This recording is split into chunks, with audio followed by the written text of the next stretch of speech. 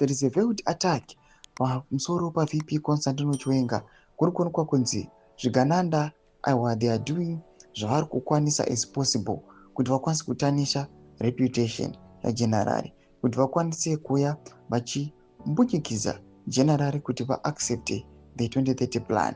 Chokwadi chinyatsobuda pachena kuti VP Constantino Chiwenga anyatsokusara ari the obstacle, anyatsokuonekwa kunzi he is the hindrance to their success mukuatena vision 2030. Tsanapita mashoko aiwa warning iri kuchipiwa aiwa mamembers aiwa vantu vanhu vanosupporta general vari against 2030 not vasubscribe or like on the bell icon.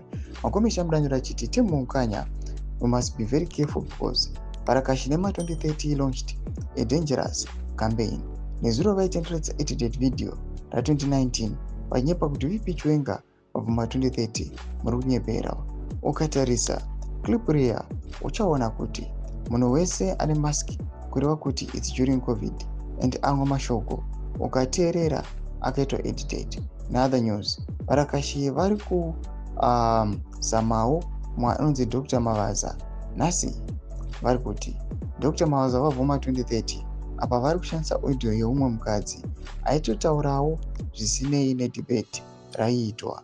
Ukateerera the whole audio iri more than 1 hour uchanzwa kuti Dr. Mavaza vaitoti ministers yambi light kuti hondo haina kurwirwa 1 man 1 vote, chenjerai kusvibiswa uye musatsamwa kana mukanzwa Parakashinema 2030 achiti ninge abvuma 2030 they are desperate kuti povo igashire chinhu chako, but chokwadi ndechekuti povo iri kuti pasine kuviolata constitution, povo tiri kuti Chiwenga 2028 normal developments ari kuya achiupdatewa namukomana Isaac Makomich pamusoro pema-attacks aiwa ari kuitwa kuna general. Pena comment section medu dzakunguro aimot kuti pamusoro pechitiko ichi. So subscribe or like, chira on the bell icon.